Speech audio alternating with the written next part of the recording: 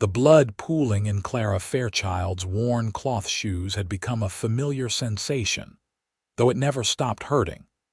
She limped through the dusty streets of Ventura, California in the spring of 1876, clutching a basket of laundry against her hip, trying not to wince with every step. Her feet had always been oddly shaped, narrower at the heel and wider at the toes than most women, and in her 22 years of life, she had never once owned a pair of shoes that truly fit. Hand-me-downs from the orphanage, charity shoes from the church, cheap boots from the general store that rubbed her feet raw within hours. She had learned to walk through pain the way other people learn to breathe. The afternoon sun beat down on the coastal town, warming the adobe buildings and casting long shadows across the dirt roads. Ventura was growing, transforming from a small mission settlement into a bustling community with the recent arrival of the Southern Pacific Railroad. Clara had found work taking in laundry from the wealthier families who had begun building homes on the hillsides overlooking the Pacific Ocean. It was honest work, if backbreaking, and it kept her fed and housed in a small room above the general store. She was delivering a basket of freshly pressed linens to Mrs. Henderson's house when she stumbled on an uneven patch of ground. Her ankle rolled, and she went down hard, the basket flying from her arms. Clean white sheets scattered across the dusty street, and Clara bit back a cry of frustration. Not pain from her fall, but despair at seeing hours of work ruined in seconds. "Easy there." The voice came from above her, deep and gentle despite its roughness. A shadow fell across her, blocking out the sun, and Clara looked up to see a man unlike any she had encountered in Ventura's growing population. He stood well over 6 feet tall, with shoulders so broad they seemed to block out half the sky. His hair fell past his shoulders in dark waves, sun-streaked with brown and gold, and his face was weathered from years spent outdoors. But it was his eyes that caught her attention, a startling gray-green like the ocean on a stormy day, filled with concern as he looked down at her. He wore buckskin pants and a simple cotton shirt that strained across a chest built from years of hard physical labor. Every muscle in his arms was defined and visible as he reached down to help her. "I am fine," Clara said automatically, trying to gather the scattered linens, but her ankle protested when she put weight on it. "You are not fine," the man said matter-of-factly. He knelt beside her with surprising grace for someone so large and began collecting the sheets. "You are bleeding." Clara followed his gaze to her feet. Her left shoe had split open completely during the fall, and fresh blood was indeed seeping through the thin fabric. The sight made her feel suddenly dizzy, though whether from blood loss or embarrassment she could not say.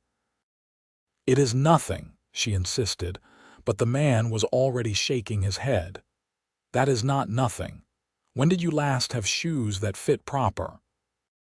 His accent was different from the Spanish and American English she usually heard in Ventura, with a slight lilt that suggested time spent in various territories. "I have never had shoes that fit proper," Clara admitted before she could stop herself. "My feet are oddly shaped. Nothing fits right." The man studied her with those storm-colored eyes, and Clara felt heat rise to her cheeks that had nothing to do with the California sun. "I am Ryder Rollins," he said. "I have a cabin up in the mountains, but I come down for supplies every few weeks, and I think I can help you with this problem." "Clara Fairchild," she replied automatically. "And I do not need charity, Mr. Rollins. I manage just fine." "This is not charity." Ryder stood, gathering the scattered laundry with efficiency. "This is common sense. You cannot work if you cannot walk, and you cannot walk in shoes that do not fit. Now, where were you taking these?" Clara gave him Mrs. Henderson's address, too surprised by his directness to argue further. Ryder offered his hand and pulled her to her feet with such ease that she felt weightless for a moment. When she tried to walk, she stumbled again, and without asking permission, Ryder swept her into his arms as though she weighed nothing at all. "Mr. Rollins." Clara protested, but he was already striding up the street, her basket of laundry balanced in one hand while he carried her with the other arm. "Your ankle is swelling," he said calmly. "You need to rest it, and these linens need delivering. We can accomplish both things at once." Clara had never been carried by anyone in her adult life. She could feel the solid strength of Ryder's chest, the steady rhythm of his breathing, the warmth radiating from his body. He smelled of pine and wood smoke and something else, something wild and clean like mountain air. Despite her embarrassment, she found herself relaxing against him. Mrs. Henderson answered the door with wide eyes, taking in the sight of the massive mountain man holding her laundress like a child. "Mr. Rollins, what has happened?" "Miss Fairchild took a fall," Ryder explained, setting Clara gently on the porch bench. "Her ankle needs tending. I will take her to Doc Martinez after we finish here." "Oh, that is not necessary," Clara began, but Mrs. Henderson was already examining her ankle with clucking concern. "Nonsense, dear, you cannot walk on this. Mr. Rollins is quite right." She took the basket of linens, inspecting them with a critical eye. "These will need rewashing, I am afraid." Clara's heart sank. She could not afford to lose the payment for this job. "I will rewash them tonight, Mrs. Henderson. I promise they will be perfect tomorrow." "You will do no such thing," Mrs. Henderson said firmly. "You will rest that ankle, and these linens are dirty from the street, not from any fault of yours. I will pay you the full amount." She disappeared into the house and returned with coins that she pressed into Clara's hand. "And next time, please be more careful." Ryder lifted Clara again before she could protest, and she found herself being carried through the streets of Ventura for the second time in 20 minutes. People stared, but the mountain man seemed entirely unconcerned with propriety or appearances. He walked with the confidence of someone who had never worried about what others thought. Doc Martinez's office was a small building near the mission. The doctor was a kind, older man who had been serving Ventura's community for decades. He examined Clara's ankle, pronounced it a mild sprain, and bandaged it efficiently. Then he looked at her feet. "Miss Fairchild, these injuries are not from your fall," he said quietly. "These are from shoes that do not fit. How long have you been walking on feet this damaged?" Clara felt tears prick her eyes. "Always," she whispered. "I have always had trouble finding shoes." Doc Martinez shook his head. "This cannot continue. You will do permanent damage." "I know," Clara said. "But I cannot afford custom boots. I can barely afford the ones I have." Ryder, who had been standing silently by the door, stepped forward. "How much would custom boots cost?" "From the bootmaker in town. At least $20, Doc Martinez said. "But there is a better option. My cousin in Los Angeles makes custom boots for people with unusual foot shapes. He would charge $15, but the quality would be superior." "Then that is settled," Ryder said. "I will pay for the boots." "You will not," Clara protested, struggling to sit up. "I told you I do not need charity."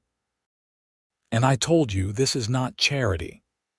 Ryder crossed his arms over his massive chest. "This is an investment. You work hard, Miss Fairchild. Everyone in town speaks well of your laundry services, but you cannot work if you cannot walk. Consider it a business arrangement." "I cannot repay $15, Clara said desperately. "I make barely enough to cover my room and food." "Then you will make me shirts," Ryder said, "and mend my clothes when they tear. I am hard on fabric, living up in the mountains. Fair trade." Clara stared at him, trying to understand why this stranger would show her such kindness. "Why are you doing this?" Ryder's expression softened. because no one should have to walk through life in pain when the solution is simple. And because I know what it is like to be different, to not quite fit. He gestured to his massive frame. I have to have everything made special. Boots, saddles, even my rifle stock. If I can help someone else avoid that struggle, why would I not? Doc Martinez smiled. Then it is settled. I will write to my cousin tonight. But first, I need to trace Miss Fairchild's feet so he can make the boots properly. I can do that, Ryder said. I have parchment and charcoal back at my camp. If Miss Fairchild permits, I will trace her feet myself and take the measurements to your cousin when I ride to Los Angeles next week. Clara wanted to refuse. She wanted to maintain her independence and pride. But her feet throbbed with every heartbeat, and the thought of boots that actually fit, of walking without pain, was almost too wonderful to imagine. Why are you really doing this? She asked again, searching Ryder's face. He met her gaze steadily. Because you deserve better than bleeding feet and worn-out shoes. Because I can help, and it costs me nothing but a little time and money I will not miss. And because... He paused, seeming to choose his words carefully. Because in the 5 minutes I have known you, I have seen you fall, refuse help twice, worry about your work before your injury, and maintain your pride even while hurting. Those are qualities worth respecting.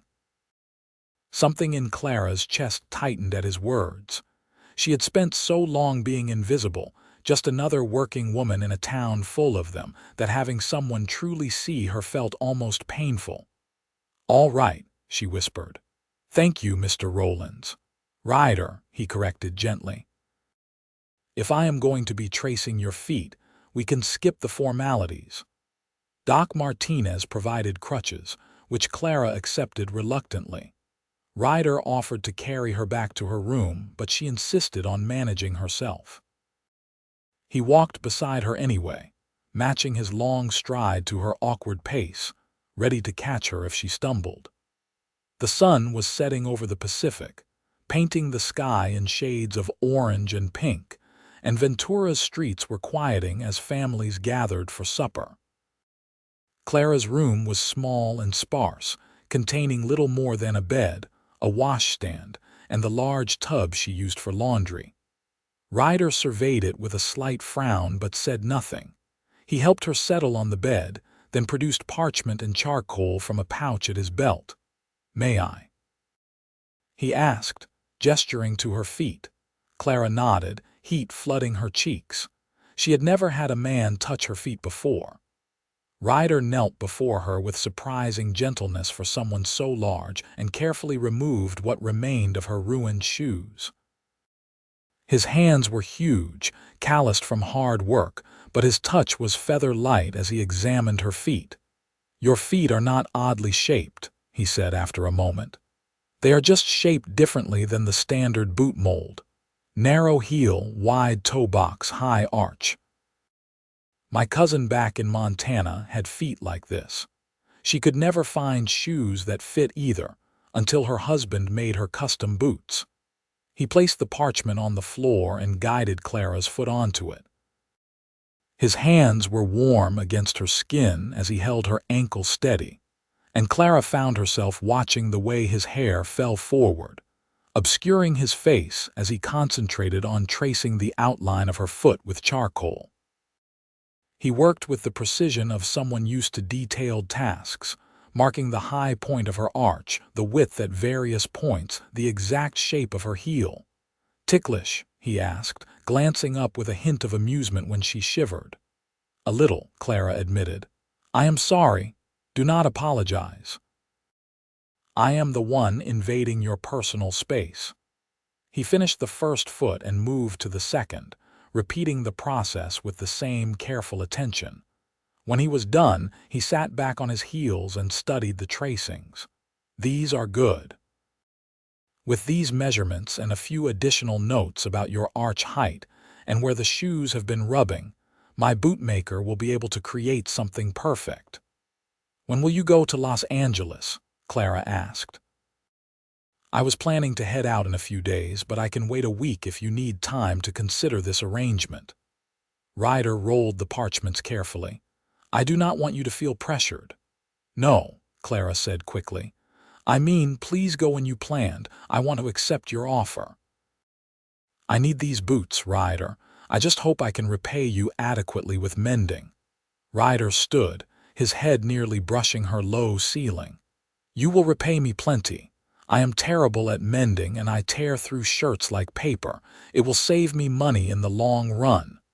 He paused at the door. Rest that ankle, Clara. And if you need anything while I am gone, the shopkeeper downstairs knows how to reach me through the trading post. After he left, Clara lay back on her bed and stared at the ceiling, her feet throbbing but her heart beating strangely fast. She had lived in Ventura for 2 years and had never caught the attention of any man, being too plain and poor to interest the ranchers' sons or wealthy merchants. But Ryder Rollins was different. He lived by his own rules, unbothered by society's expectations, and he had seen her pain and moved immediately to fix it. She spent the next week working carefully, taking on only the laundry she could manage while staying off her injured ankle. Her regular customers were understanding, especially after word spread about her fall. Mrs. Henderson visited twice, bringing food and checking on her recovery. Clara used the time to sort through her collection of fabric scraps, planning what she might make for Ryder in return for his extraordinary kindness. True to his word, Ryder stopped by before heading to Los Angeles. He arrived at dawn, leading a massive black horse that looked barely large enough to carry him. He carried saddlebags stuffed with furs to trade and wore a heavy coat despite the mild California weather. The mountains are still cold, he explained when Clara commented on it. And Los Angeles can be chilly in the mornings. How long will the journey take? Clara asked, standing in her doorway with her weight carefully balanced on her good foot. 3 days there, 2 days for business, 3 days back, Ryder said. Maybe longer if the bootmaker needs extra time. But I will be back within 2 weeks, and I will bring your boots. Be safe, Clara said, and meant it with an intensity that surprised her. Ryder smiled, and the expression transformed his weathered face, making him look younger and almost boyish. I have been traveling these territories for 10 years, Clara. I know how to take care of myself, but I appreciate the concern. He swung into his saddle with ease, and Clara marveled again at his size and strength. Keep resting that ankle, doctor's orders. She watched him ride out of Ventura, heading south along the coastal road, until he disappeared from view. Then she returned to her room and tried to focus on work, but found herself constantly distracted by thoughts of the mountain man with gentle hands and kind eyes. The 2 weeks passed slowly. Clara's ankle healed, and she returned to her full workload, wrapping her feet in extra cloth to cushion them inside her remaining pair of worn shoes. She thought about Ryder more than she cared to admit, wondering if he was safe, if the bootmaker could really create shoes that would fit her feet, if he would truly return, or if this had all been some strange dream. On the 14th day after Ryder's departure, Clara was hanging laundry in the yard behind the general store when she heard hoofbeats. She turned to see the massive black horse, and her heart leaped. Ryder dismounted in one fluid motion, and she noticed he looked tired, dust covered from the road, but his eyes lit up when he saw her. You are walking without crutches, he observed, approaching with a leather-wrapped bundle in his hands. The ankle healed well, Clara said, trying to keep her voice steady despite the sudden racing of her pulse. Did you make it to Los Angeles safely, safe and successful? Ryder held out the bundle. These are for you. Clara's hands shook as she unwrapped the leather. Inside were the most beautiful boots she had ever seen. Made of soft, supple leather dyed a rich brown, They were practical but elegant, with sturdy soles and careful stitching. She ran her fingers over them reverently, hardly daring to believe they were real. "Try them on," Ryder urged. Clara sat on the bench and removed her worn shoes. Ryder knelt before her again, just as he had when tracing her feet, and helped her slide on the first boot. It glided on easily, the leather smooth against her skin, and when Clara stood, she gasped. The boot supported her arch perfectly, hugged her heel without slipping, and gave her toes room to spread naturally. There was no pinching, no rubbing, no pain. "How does it feel?" Ryder asked, watching her face. "Like walking on air," Clara whispered. She put on the second boot and took a few experimental steps. For the first time in her life, her feet did not hurt. She could walk normally, without adjusting her gait to compensate for pain or blisters. Tears spilled down her cheeks before she could stop them. Ryder stood quickly, concern crossing his features. "Do they not fit? I can take them back, have adjustments made. They are perfect," Clara sobbed, covering her face with her hands. "They are absolutely perfect. I just never thought. I never imagined." She felt Ryder's arms come around her, pulling her against his chest in a gentle embrace. He was so warm, so solid, and Clara let herself lean into him, crying tears of relief and joy and overwhelming gratitude. His hand stroked her hair softly. "You should not have had to wait 22 years for shoes that fit," Ryder said quietly. "I am just glad I could help fix that." Clara pulled back enough to look up at him, and something in his expression made her breath catch. He was looking at her not with pity, but with warmth and something deeper, something that made her feel seen in a way she never had before. "How much do I owe you for the mending?" she asked, trying to regain her composure. Ryder smiled. "I brought 3 shirts that need mending and 2 that need new buttons. Will that suffice for now?" "That is not nearly enough to cover $15 worth of boots," Clara protested. "Then you will mend more things later," Ryder said easily. "I am not worried about it, Clara, truly." Over the following weeks, Ryder began visiting Ventura more frequently. He claimed it was because he needed supplies or had furs to trade, but he always found time to stop by Clara's room. She would have his mending ready, and they would talk while she worked, his deep voice filling the small space as he told her stories about life in the mountains. He had built his cabin 5 years ago, he explained, on a piece of land high in the hills overlooking the coast. He trapped animals for their fur, hunted for meat, and lived largely self-sufficiently, coming to town only for necessities like coffee, sugar, and ammunition. He had grown up in Montana, the youngest of 6 brothers, all of them large men who worked as loggers and fur trappers. "My brothers used to say I was touched by a bear spirit," Ryder said with a laugh, sitting on Clara's floor while she repaired a tear in his buckskin jacket. "I was always bigger than them, even though I was youngest. By the time I was 15, I was the tallest in the family. Do you miss them?" Clara asked, carefully stitching the leather. "Sometimes," Ryder admitted, "but I needed space to be my own person. With 5 older brothers, I was always just the little one, even when I towered over everyone. Out here, I can make my own way." Clara understood that feeling more than she could say.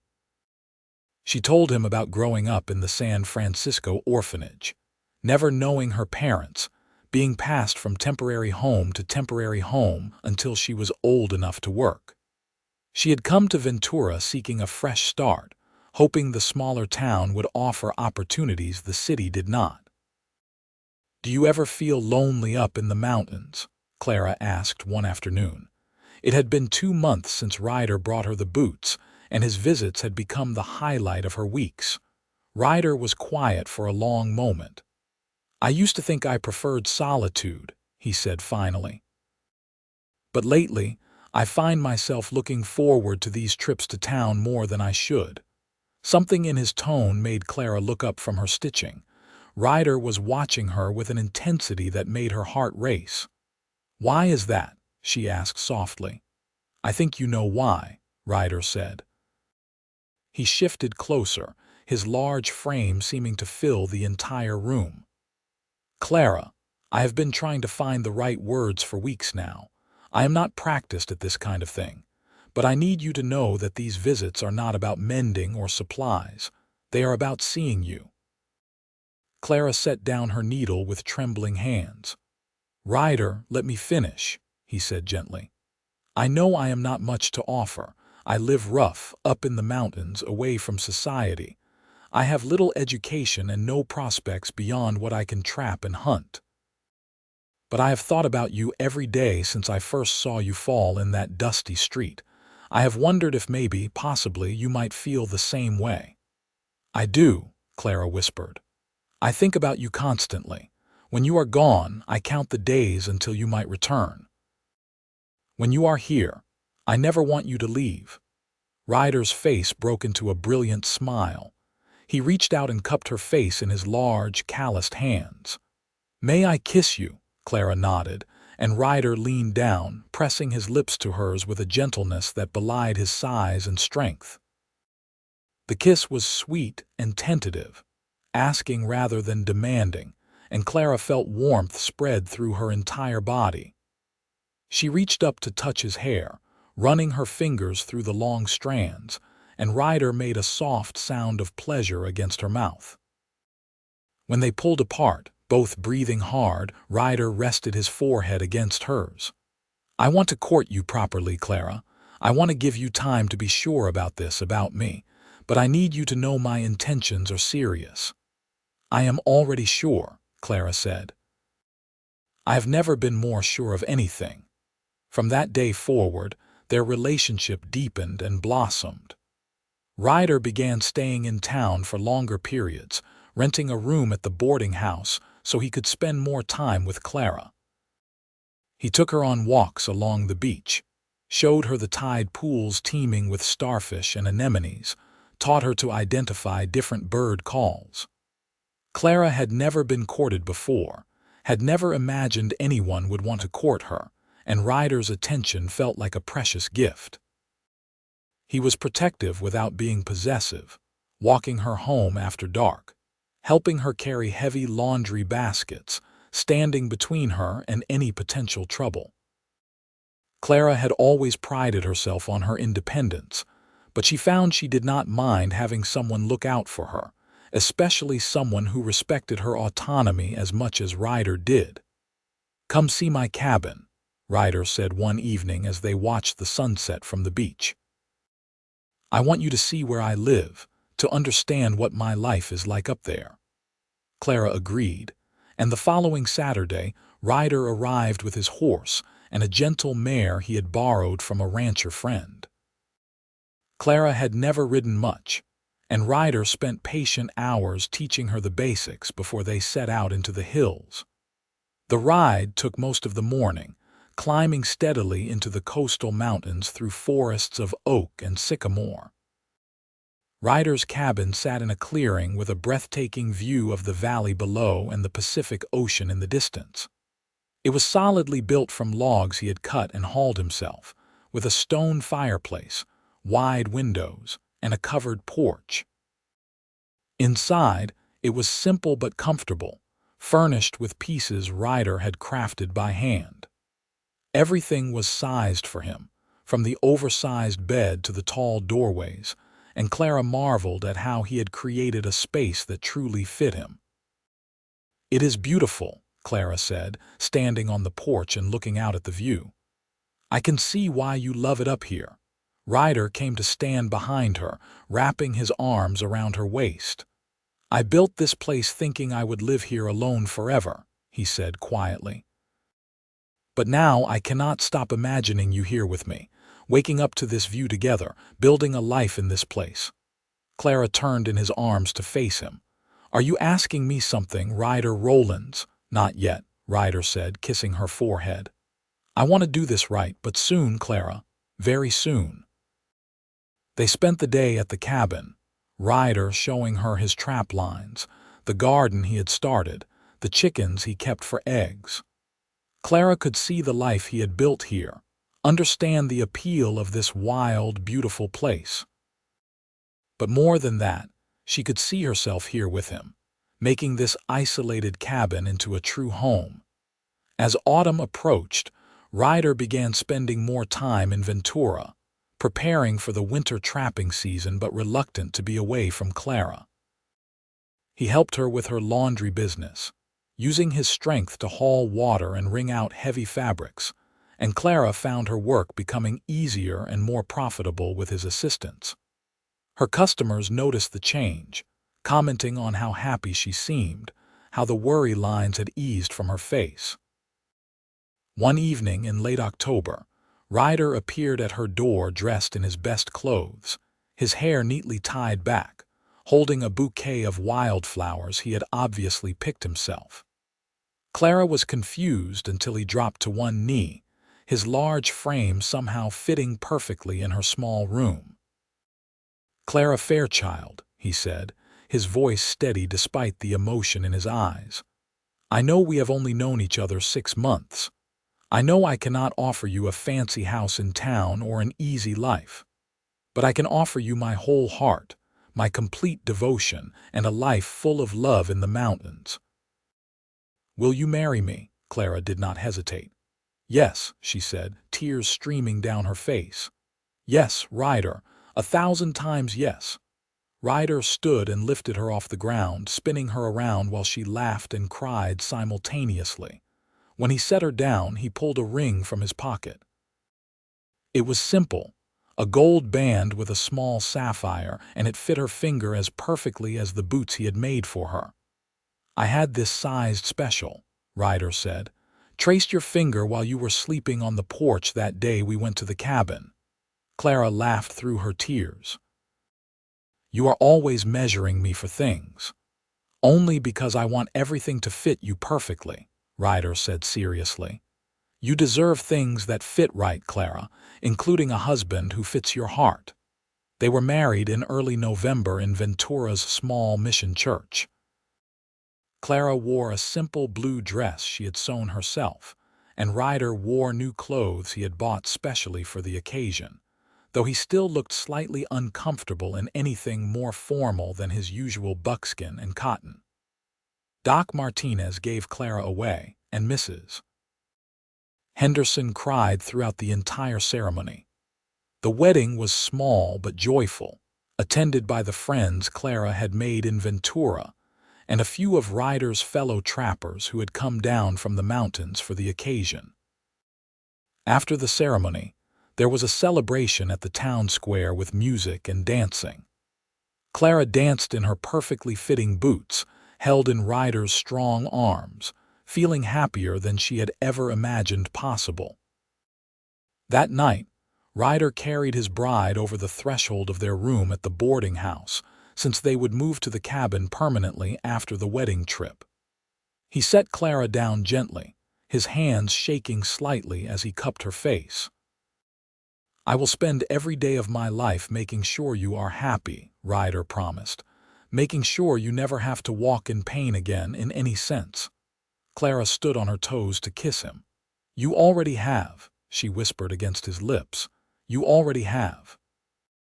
Their wedding night was tender and sweet, Ryder patient and gentle despite his size and strength.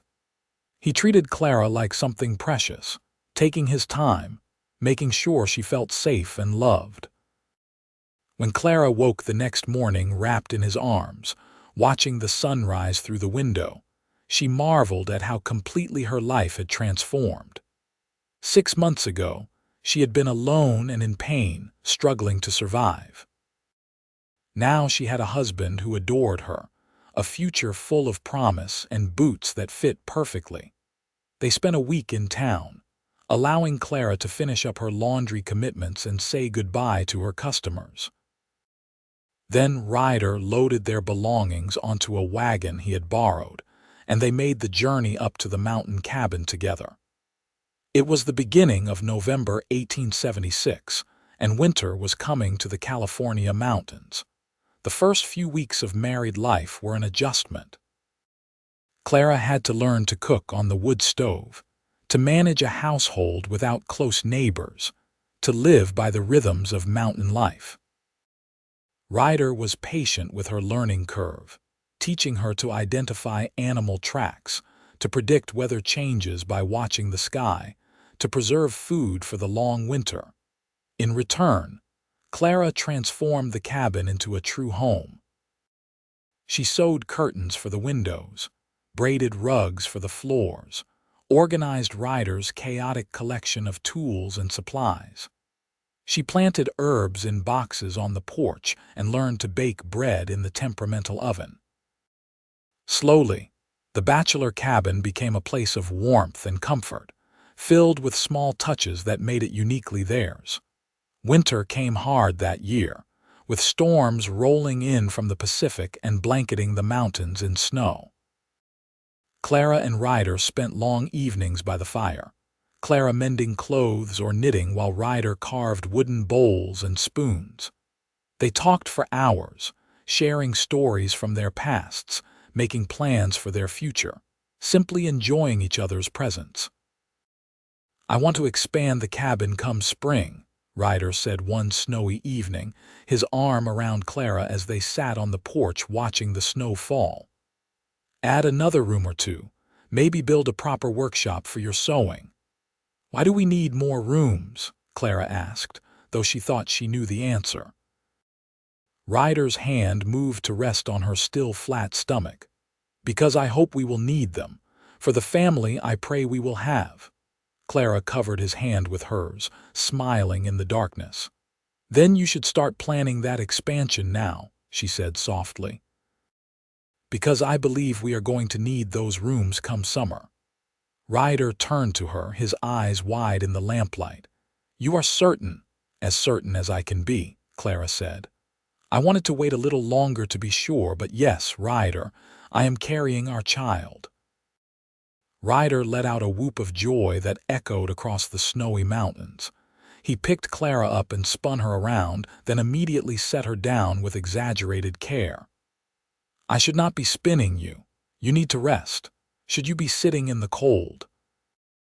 "Let me get you another blanket," Clara laughed and pulled him back down beside her. "I am pregnant, not made of glass. I am perfectly fine."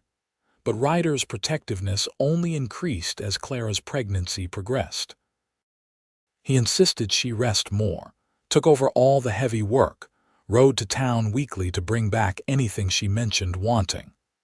Clara found it equal parts endearing and exasperating, but she could not truly complain. It was clear that Ryder's hovering came from a place of deep love and concern.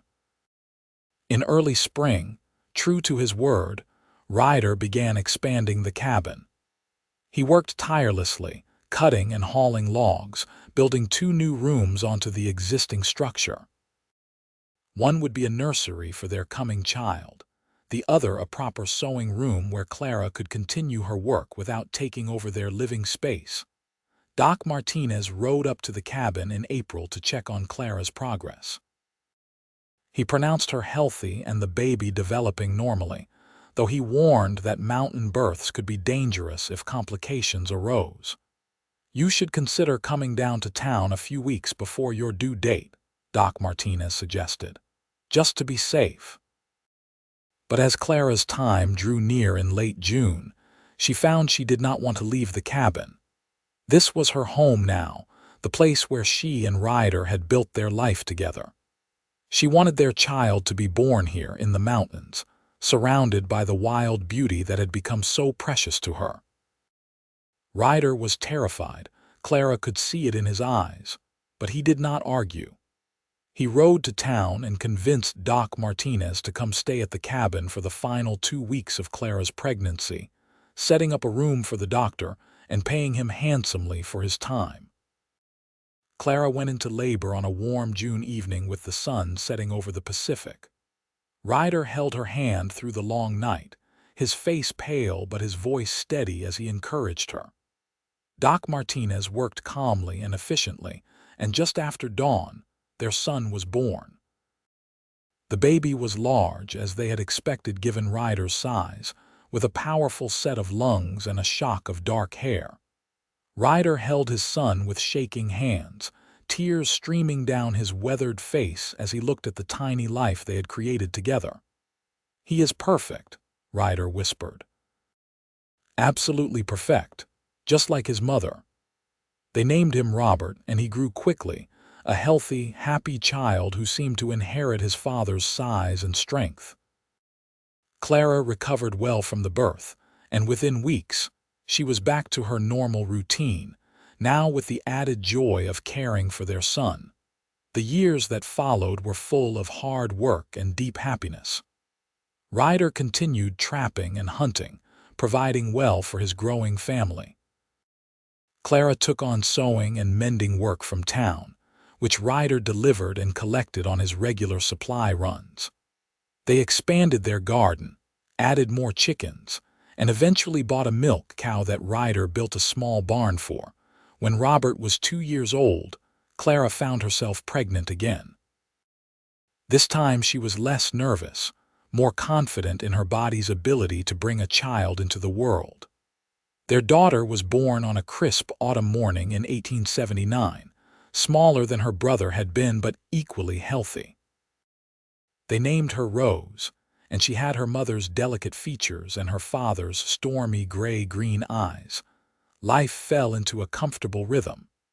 The children grew strong and wild, learning to navigate the mountain trails almost before they could walk properly. Ryder taught Robert to track animals and read weather signs, while Clara taught Rose to sew and cook and tend the garden. But both parents made sure both children learned all the skills they would need to survive and thrive in their mountain home. Clara often thought about the day she had fallen in the street in Ventura, her feet bleeding in shoes that did not fit, feeling alone and hopeless. It seemed like a lifetime ago, like it had happened to a different person. The Clara who lived in the mountains with her husband and children was confident, capable, and deeply content. She had found not just boots that fit, but a life that fit, a love that fit, a family that fit perfectly. On their 5th wedding anniversary, Ryder presented Clara with a new pair of boots. Her original pair was still serviceable, but he had noticed her mentioning that they were getting worn. "I rode all the way to Los Angeles again," Ryder said as Clara unwrapped the familiar leather bundle. "Same bootmaker, same measurements. Though I added a little extra room since your feet have changed slightly after the babies." The new boots were even more beautiful than the first pair, made of butter-soft leather with decorative stitching along the sides.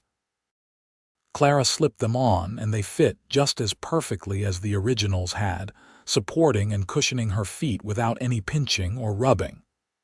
"You are always taking care of me," Clara said, standing on her toes to kiss her husband, "making sure everything fits just right." Ryder pulled her close, mindful of the children playing nearby. "That is what love is," he said simply.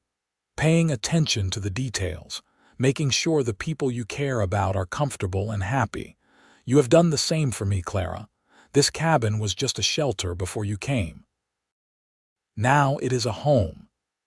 As the 1880s progressed, Ventura continued to grow and change. The railroad brought more people, more commerce, more opportunity. Ryder and Clara occasionally talked about moving to town, about giving their children access to better schools and more society. But every time they seriously considered it, they looked around at their mountain home, at the life they had built, and decided to stay. They built a small schoolhouse on their property and hired a teacher from town to come up several days a week to educate Robert and Rose. As more families settled in the mountains, other children joined the lessons, and their home became a gathering place for the scattered community of trappers, homesteaders, and ranchers who lived in the hills above Ventura. Clara's sewing business grew as well. She became known throughout the region for her skill with alterations and custom work, particularly for people with unusual proportions or needs. Word had spread about the perfectly fitting boots Ryder had commissioned for her, and people began seeking her out for advice on getting their own custom items made. When Robert was 10 and Rose was 8, Clara became pregnant again. A surprise, but a welcome one. This baby was different from the start. Clara was more tired, more sick, and Doc Martinez made extra trips up to the cabin to check on her progress. "The baby is positioned oddly," he explained to Ryder during one visit while Clara napped. "Nothing dangerous yet, but this birth may be more difficult than the previous two." Ryder's face went pale, but he nodded. "Whatever you need, Doc. Whatever it takes to keep them both safe." Clara went into labor on a stormy February night in 1882. The birth was indeed harder than her previous ones, lasting nearly 20 hours. But with Doc Martinez's skill and Ryder's steadfast presence, she delivered a healthy baby girl they named Ruth. Ruth was tiny compared to her siblings, barely 5 pounds, but she had a fierce spirit from her first breath. She nursed strongly and cried loudly, demanding attention and care with a determination that made both Clara and Ryder laugh through their exhaustion. "She is going to be trouble, this one," Ryder said fondly, holding his youngest daughter against his broad chest while she slept. He was right. Ruth grew up to be fearless and independent, climbing trees before she could properly walk, following her older brother and sister on adventures that gave Clara gray hairs. But she was also loving and thoughtful, always the first to notice when someone needed help or comfort. The children grew, and the cabin expanded with them. Ryder added another room, then another, until their mountain home was a sprawling structure that could comfortably house their family and any guests who came to visit. He built furniture sized for each child, ensuring that Robert would not outgrow his bed before he was grown, and that the girls had workspaces suited to their heights. "You learned well," Clara said one evening, watching Ryder measure their youngest daughter for a new chair. "About making things fit right." Ryder looked up from his work and smiled. "I had a good teacher. You taught me that paying attention to the small details is how you show someone you truly care." In 1885, when Robert was 16 and beginning to think about his own future, a young woman arrived in the mountains with her family. Her name was Sarah, and she was the daughter of a rancher who had bought land neighboring Ryder and Clara's property. Robert was instantly smitten, and after a proper courtship under his parents' watchful eyes, they were married in the spring of 1887. Ryder and Clara built them a small cabin on the property, close enough for family support but far enough for privacy. Watching their son start his own family filled them both with bittersweet pride. Robert had grown into a good man, strong like his father but with a gentle heart, and Sarah was a perfect match for him, hardworking and kind. Rose showed no interest in marrying young. She wanted to go to school in Los Angeles, to learn business and maybe become a teacher herself. Ryder and Clara supported her dreams, though it was hard to send their daughter away to the city. They took comfort in knowing she would return for summers and holidays, and that the education she received would open doors for her future. Ruth, still young at 7, declared she would never marry at all, that she intended to live in the mountains forever and be a trapper like her father. Ryder and Clara exchanged amused glances, but did not discourage her. They had learned that their children would find their own paths, just as they had.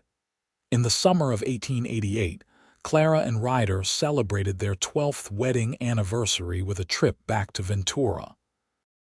They had not been to town together in years, usually sending the children or Ryder going alone for supplies. Walking through the streets where they had first met, Clara was amazed at how much had changed. Ventura had grown into a proper town with brick buildings, a real hotel and dozens of new shops. But some things remained the same. Mrs. Henderson still lived in her house on the hill, now elderly but sharp as ever. Doc Martinez still kept his practice, though he was training a younger doctor to take over eventually. The mission still stood, its bells ringing out the hours just as they had on Clara and Ryder's wedding day. They visited the bootmaker's shop, now run by the original owner's son. Clara was still wearing the second pair of boots Ryder had commissioned for her, and they had held up remarkably well.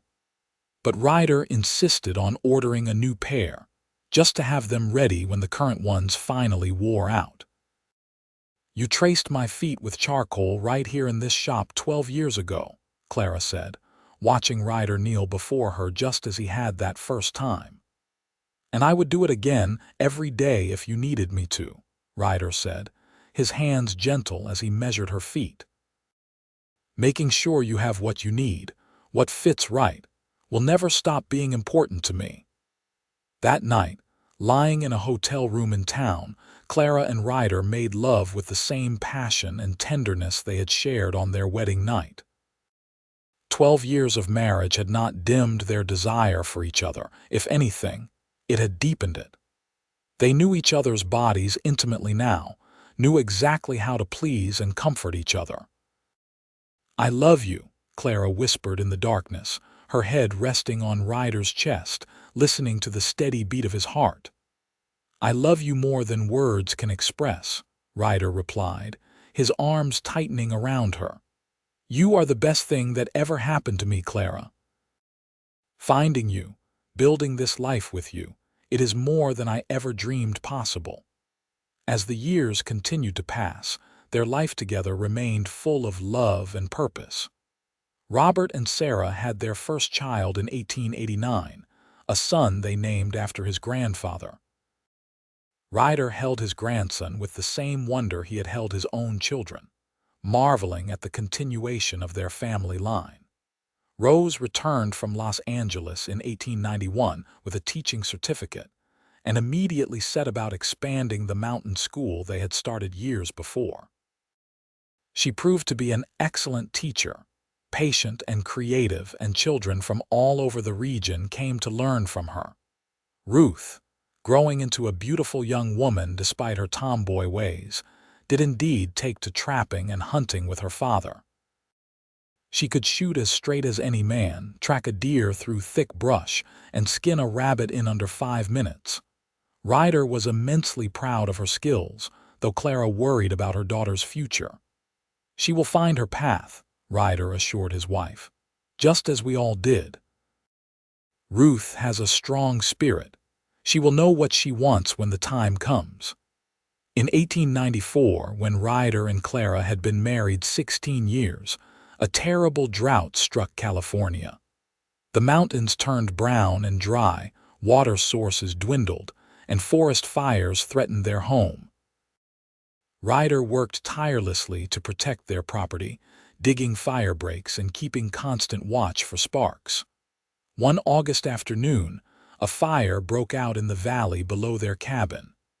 The wind was blowing wrong, pushing flames up the mountainside directly toward their home. Ryder rallied Robert, Ruth, and several neighbors to fight the fire, while Clara, Rose, and Sarah worked to evacuate the animals and protect what they could. The battle against the flames lasted through the night. Ryder worked beyond exhaustion, his massive frame seeming to be everywhere at once, directing efforts, hauling water, beating back flames with wet blankets. Several times, Clara thought they would lose everything, but Ryder refused to give up. As dawn broke, the wind finally shifted, pushing the fire away from their property. The cabin was saved, though the surrounding forest was badly burned. Ryder collapsed from exhaustion and smoke inhalation, and it took him several days to recover fully. Lying in bed while Clara nursed him back to health, Ryder reflected on how close they had come to losing everything. "I should have been more careful," he said hoarsely. "Should have done more to prepare." "You saved our home," Clara said firmly. "You saved our family." "You cannot control nature, Ryder. You can only do your best, and you did that and more." The drought eventually broke, and the mountains slowly recovered. Ryder and Clara replanted trees, rebuilt damaged structures, and helped their neighbors do the same. The experience had brought the mountain community even closer together, everyone having relied on each other to survive the crisis. In 1896, Rose surprised everyone by falling in love with a traveling photographer who had come to the mountains to capture images of the recovering landscape. His name was Thomas, and he was from San Francisco, educated and sophisticated in ways that seemed at odds with mountain life. But he fell in love with Rose and with the wild beauty of the region, and when he asked for her hand, she said yes. Unlike Robert, Rose did not want to stay in the mountains full time. She and Thomas split their time between a small house in Ventura and visits to the mountain cabin, allowing Rose to continue teaching during the school year while traveling with Thomas during summers to photograph different regions. Ruth, now 18, still showed no interest in marriage, though several young men had expressed interest in her. She was too busy helping her father with the expanded trapping business they had built together and learning everything she could about wildlife and forestry. "You worry about her?"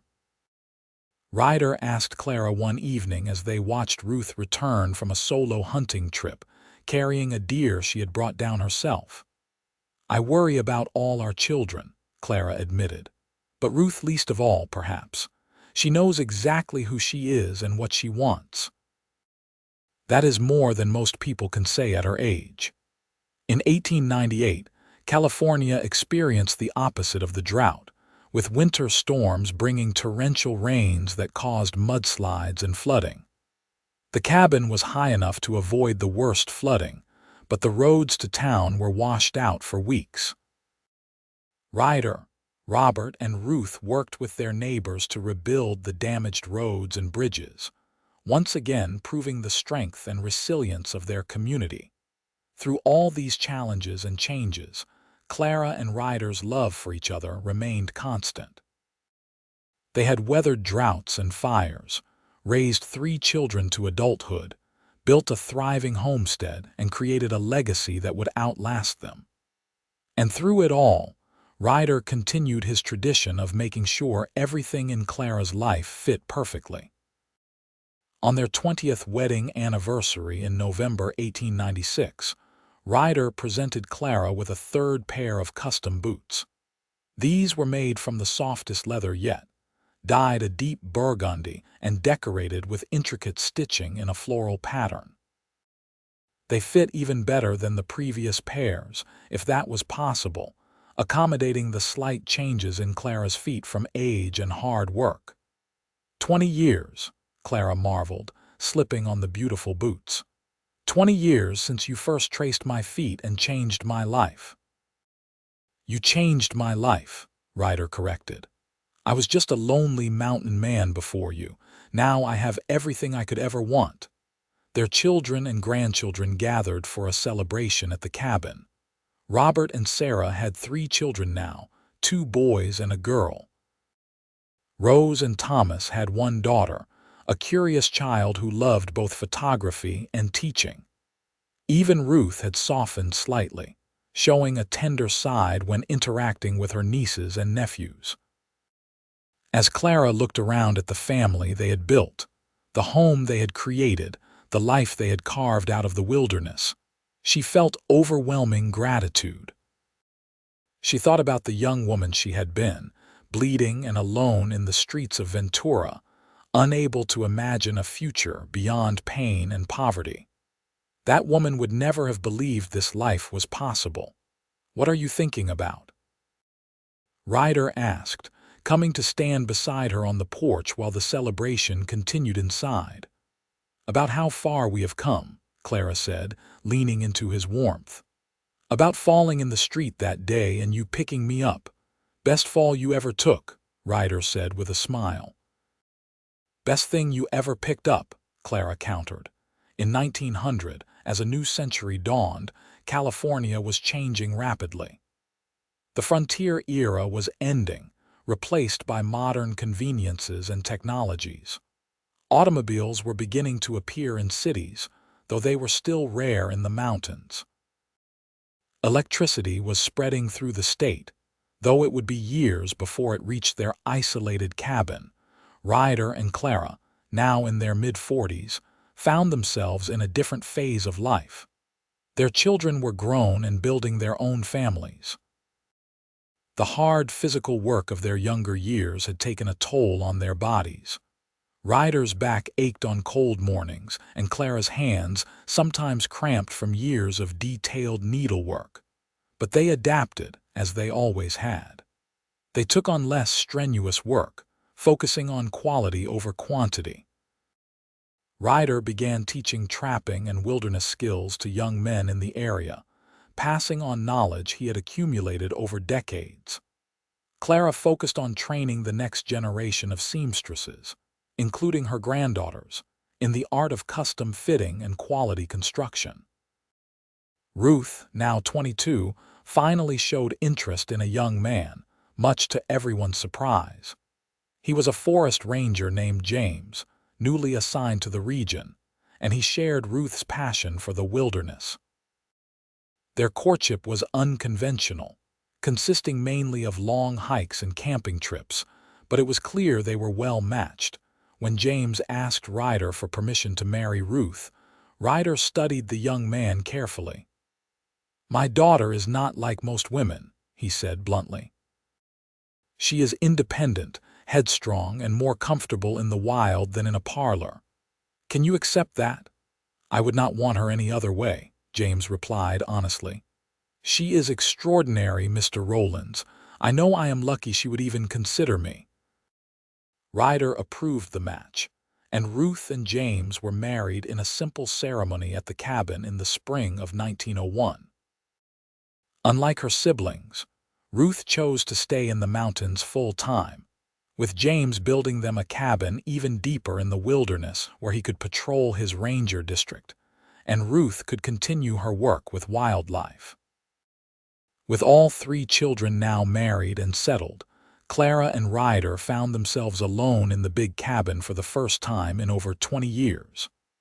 The quiet was strange at first, but they quickly adjusted to this new phase of their life together. "It is like a second honeymoon," Clara said one morning, waking up in Ryder's arms without the sound of children or grandchildren in the house. "Better than the first," Ryder said, kissing her thoroughly. "We know each other so well now. There are no uncertainties, no worries. Just us, and the life we have built." They fell into a comfortable routine, working together on projects around the homestead, taking long walks through the recovering forest, sitting on the porch in the evenings and watching the sunset over the Pacific. Ryder still rode to Ventura occasionally for supplies, but often Clara accompanied him now, and they would spend a night or two in town, enjoying the amenities and visiting old friends. Doc Martinez had retired, handing his practice to a younger doctor, but he still lived in Ventura and always welcomed visits from the Rollins family. Mrs. Henderson had passed away peacefully in her sleep in 1899, but her children still lived in town and maintained friendly relationships with Clara and Ryder. In 1903, Ryder took Clara on a trip to Los Angeles to visit the bootmaker who had made all her custom boots over the years. The bootmaker was elderly now, training his own grandson to take over the business. He was delighted to see Clara still wearing his work, the boots holding up beautifully despite decades of hard use. "Your husband was very specific in his requirements," the bootmaker recalled, pulling out the original tracings Ryder had brought in 1876. "He knew exactly what you needed, and he was willing to pay for quality. That is rare, especially back then." "He has always taken care of me," Clara said, squeezing Ryder's hand. The bootmaker made one final pair of boots for Clara, his masterwork. They were exquisite, combining function with beauty in a way that transcended mere footwear. Clara wore them for special occasions, saving them for moments that deserved such elegance. As they traveled back to the mountains after their Los Angeles trip, Clara reflected on the journey her life had taken. From orphan to laundress to wife and mother, from bleeding feet to perfectly fitted boots, from loneliness to profound love. Every step had been necessary, every hardship had shaped her, but it was Ryder's kindness that day in Ventura that had changed everything. "What would have happened if you had not stopped to help me that day?" Clara wondered aloud. Ryder was quiet for a long moment. "I like to think we would have met another way," he said finally. "That somehow, somewhere, we would have found each other. Because what we have, Clara, it feels like destiny, like we were always meant to be together." In 1905, disaster struck when Robert fell from a horse and broke his leg badly. The injury was severe enough that Doc Martinez's successor worried about permanent damage. Robert was confined to bed for months, unable to work his trapline or provide for his growing family. Without hesitation, Ryder stepped in. Though he was nearing 50 and his own body was not as strong as it once was, he took over Robert's trapline in addition to his own reduced workload. Clara, meanwhile, moved in with Sarah to help care for Robert and manage the household and children. It was a difficult time, testing the family's strength and resources. But they pulled together, just as they always had. Rose and Thomas contributed money from their photography business. Ruth and James brought meat from their hunting. The entire mountain community rallied around the Rollins family, offering help and support.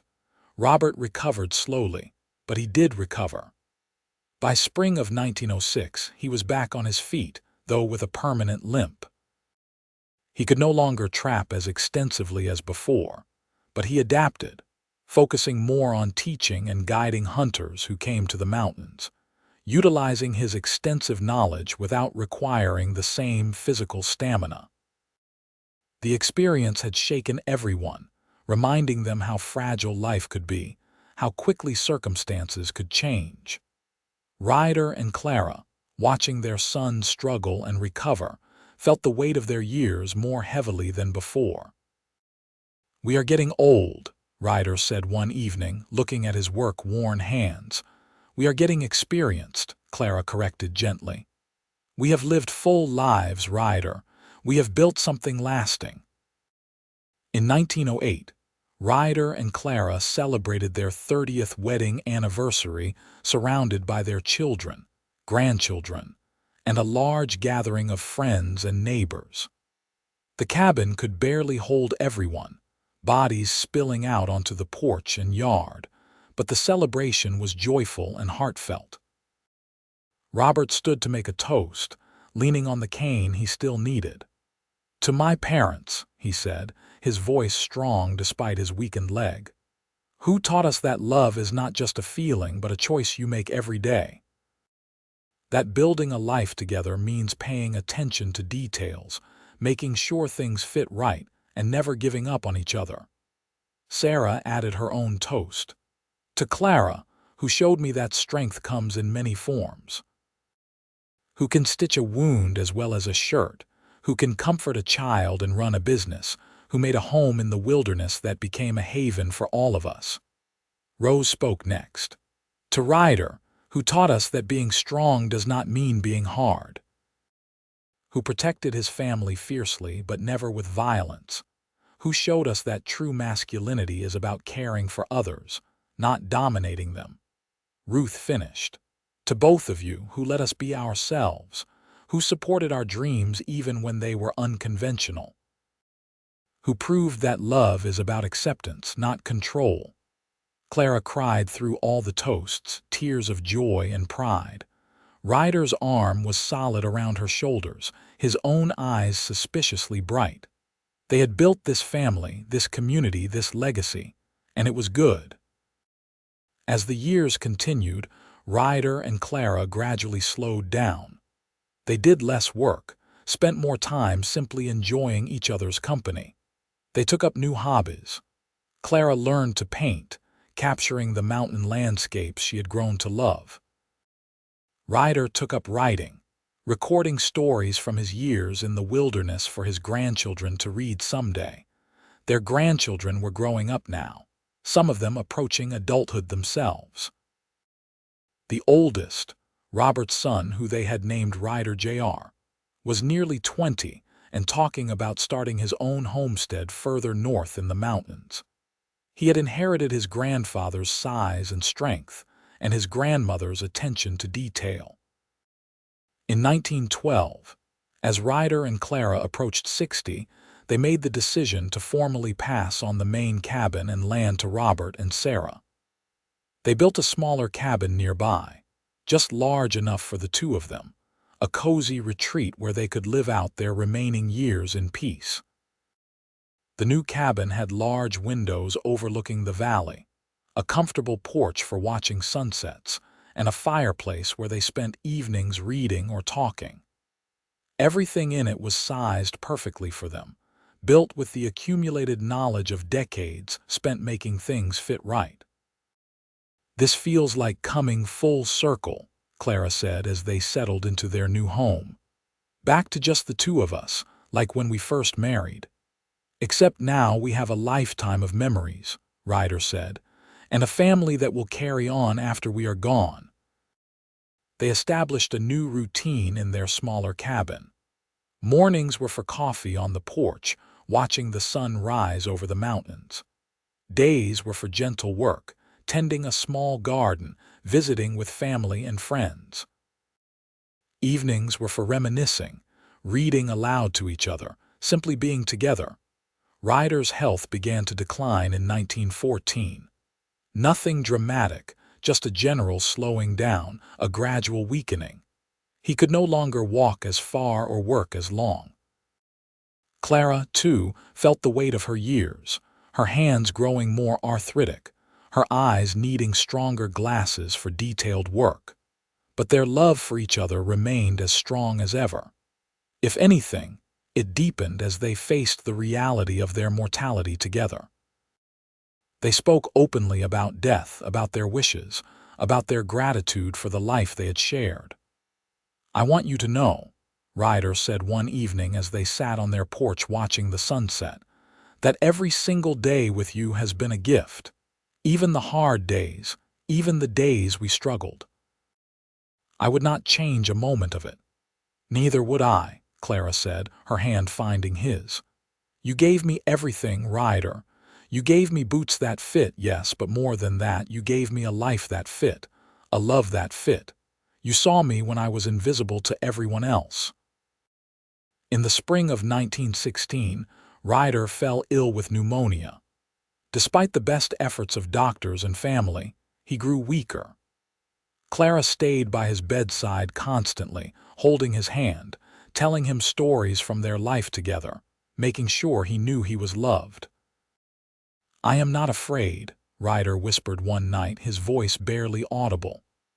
"I have lived a good life, Clara, a full life, because of you, because of us," Clara corrected, tears streaming down her face. "We did it together, Ryder. Everything we built together." Ryder passed away peacefully in his sleep on a warm May morning, with Clara beside him and their children gathered around. He was 63 years old, and he had lived exactly the life he wanted, surrounded by love until his final breath. Clara grieved deeply, but she did not break. She had learned too much strength over the years, had built too solid a foundation. She continued living in their small cabin, tending her garden, visiting with family, painting her mountain landscapes. But she missed Ryder with an ache that never fully went away. She took comfort in her children and grandchildren, watching them build their own lives and families. Robert's children were all grown now, starting their own homesteads. Rose's daughter was becoming a photographer like her father, while also teaching like her mother. Ruth's children were wild and free, growing up deep in the forest with a respect for nature their grandmother admired. Clara lived for another 8 years after Ryder's death, growing frailer but maintaining her sharp mind and gentle spirit. She spent her final years recording stories for her descendants, making sure the tale of how she and Ryder had met and fallen in love would be preserved for future generations. She told them about bleeding feet and worn-out shoes, about a mountain man who stopped to help a stranger, about boots traced with charcoal and made with care. She told them about falling in love in the wild mountains of California, about building a life from nothing, about learning that true love means paying attention to the details. On a cool autumn evening in 1924, Clara passed away peacefully in the cabin she and Ryder had built together, surrounded by 3 generations of the family they had created. She was 70 years old, and her last words were about Ryder, about how she was finally going to see him again. They buried Clara next to Ryder on a hillside overlooking the Pacific Ocean, under oak trees they had planted together decades earlier. And in her coffin, carefully placed by her children, were the very first pair of custom boots Ryder had commissioned for her in 1876. The boots that had changed everything. The boots that had fit perfectly and started a love story that would echo through generations. The Rollins family continued to thrive in the California mountains, building on the foundation Ryder and Clara had established. Their descendants would tell and retell the story of the mountain man and the woman with oddly shaped feet, of how a simple act of kindness had blossomed into a love that transformed lives and created a lasting legacy. And sometimes, on quiet evenings when the wind blew just right through the mountains above Ventura, people would swear they could feel the presence of that love still, as enduring and solid as the mountains themselves, as perfect a fit as custom-made boots traced with care and created with devotion.